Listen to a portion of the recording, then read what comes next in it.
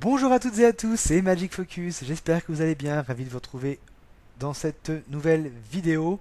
Donc aujourd'hui, nous allons parler de projets abandonnés à Disneyland, de projets assez peu connus finalement et qui méritent d'être mis en avant puisque ces projets ont eu une influence sur la suite de Disneyland et de tout ce qui s'en est suivi. Donc voilà, j'espère que cette vidéo vous plaira, que vous allez apprendre des choses comme d'habitude. Donc c'est parti pour ces projets abandonnés.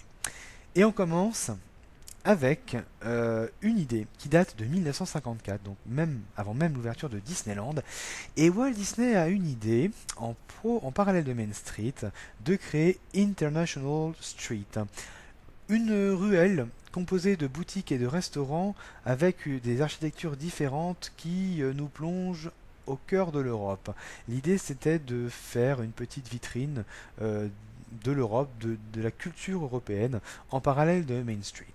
Alors l'idée a été abandonnée, mais Walt Disney avait l'idée très rapidement de créer Liberty Street pour une ouverture prévue en 1958. Bah oui, parce que Walt Disney était un grand patriotique, comme vous le savez. Il a créé Main Street, il a créé Frontierland, et il voulait rendre hommage à la nation américaine, mais aussi aux libertés, à l'histoire des États-Unis. Donc, en fait, les visiteurs auraient été immergés dans une zone rappelant la période coloniale, c'est-à-dire à peu près l'année 1775. Donc, on aurait eu des boutiques, des restaurants, et on aurait eu des expositions rappelant cette époque, montrant à l'image de certains musées ce qu'était cette époque, avec des artisans qui auraient travaillé des objets comme à l'époque justement. Donc, voilà, et puis la rue aurait débouché sur Liberty Square avec d'une part The Hall of the Declaration of Independence, et cette attraction aurait montré trois scènes inspirées par des peintures de la Révolution américaine avec des effets spéciaux et des figurines animées. Et puis la seconde attraction était le Hall of Presidents qui aurait montré plusieurs présidents américains faisant un discours. Alors le projet est d'abord repoussé faute de moyens techniques. Bah oui, parce que les audio animatroniques n'existaient pas. Donc les mouvements qu'aurait voulu Walt Disney n'auraient pas été possibles. Donc les Imagineers travaillent différentes techniques et reculent le projet. Jusqu'à arriver à la foire internationale de 1964 où là l'audio animatronique a fait ses preuves auprès du public d'une part, mais aussi auprès des Imagineers qui sont extrêmement convaincus de l'avenir de ces robots.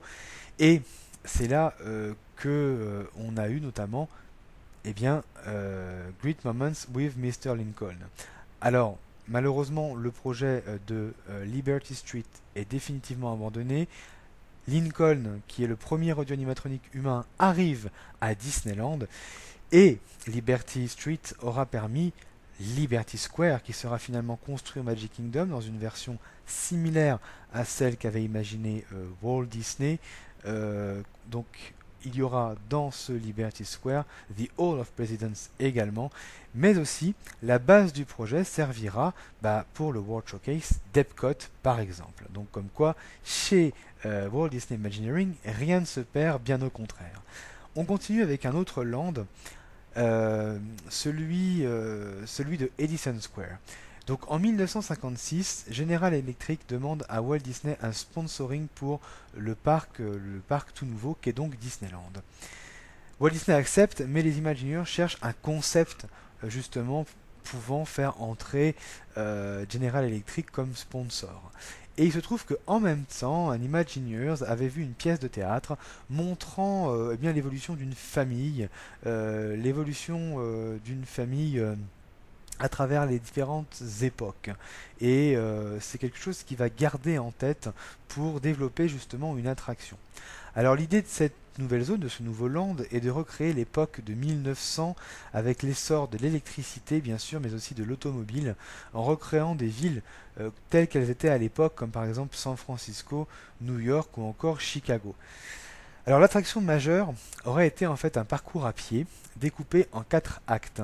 Quatre actes qui justement aurait montré la vie d'une famille sur 4 périodes différentes, mettant en avant les progrès techniques et bien sûr l'électricité, avec un pré-show qui aurait servi de musée tout simplement à Thomas Edison, évidemment très important.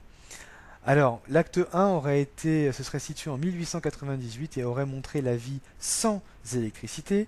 L'acte 2 aurait été 1918 et les débuts de l'électricité et des premières possibilités liées à ce nouveau mode de vie. L'acte 3 aurait été 1958, l'année supposée d'ouverture de l'attraction, où la télévision a fait son apparition et les premiers progrès en électroménager également. Et l'acte 4 aurait été une zone futuriste, enfin une scène futuriste où il aurait été possible de visiter la maison du futur, la technologie du futur. Alors cette zone Edison Square n'a pas vu le jour, mais elle a aussi donné, à l'image finalement de Liberty Street, elle a donné d'autres choses comme par exemple le Carousel of Progress, présent aussi à la Foire internationale de New York en 1964, qui montre les progrès d'une famille à travers un spectacle où la salle est donc rotative. Et elle a permis aussi en quelque sorte de réinventer le concept d'Epcot aussi, avec notamment le Future World et Tomorrowland notamment. Donc finalement, ce projet qui n'a jamais vu le jour a fait des petits malgré tout. Alors pour terminer, je vais vous parler de 2 attractions qui n'ont jamais vu le jour non plus à Disneyland. D'abord la Rock Candy Mountain, dont l'ouverture était prévue en 1975.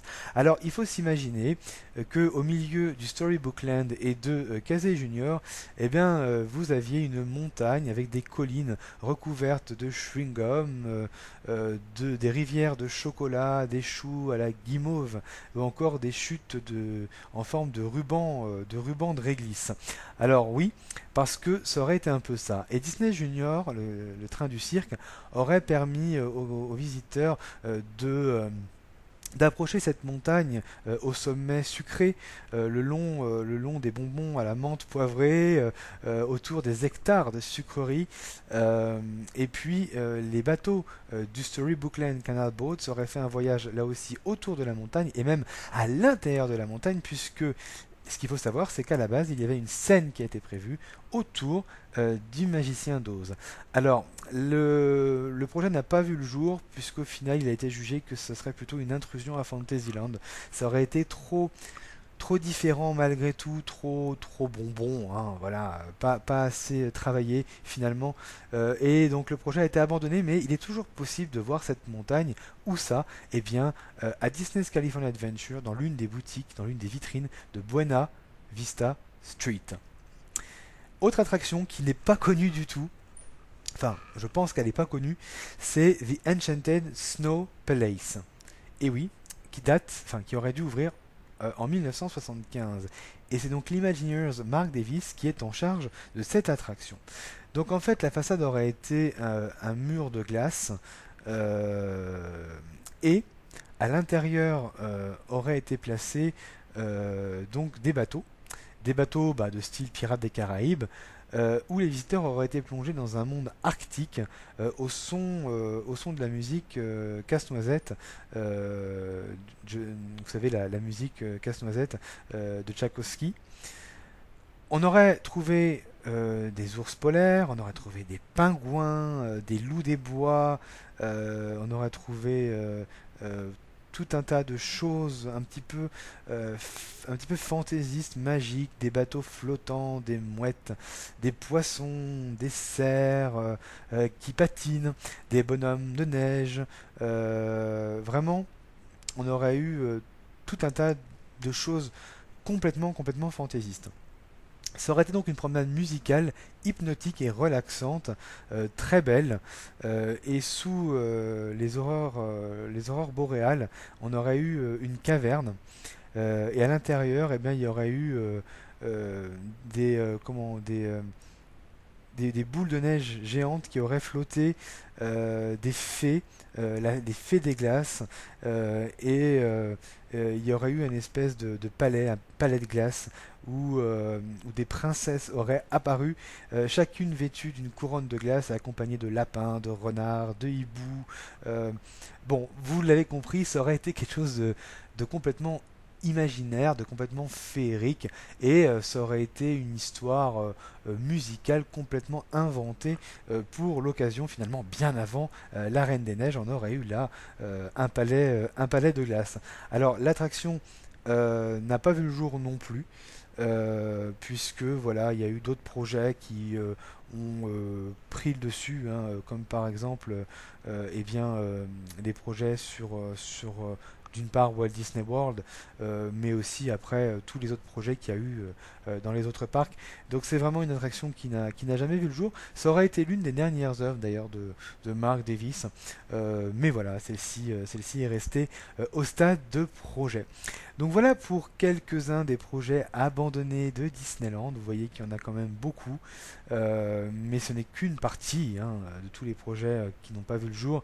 Mais voilà, comme quoi les projets abandonnés souvent donnent, ou en tout cas en partie, donnent des suites sous d'autres formes, puisque c'est toujours plus ou moins réutilisé pour développer d'autres idées. Donc voilà, j'espère que cette vidéo vous aura plu, que vous aurez appris des choses.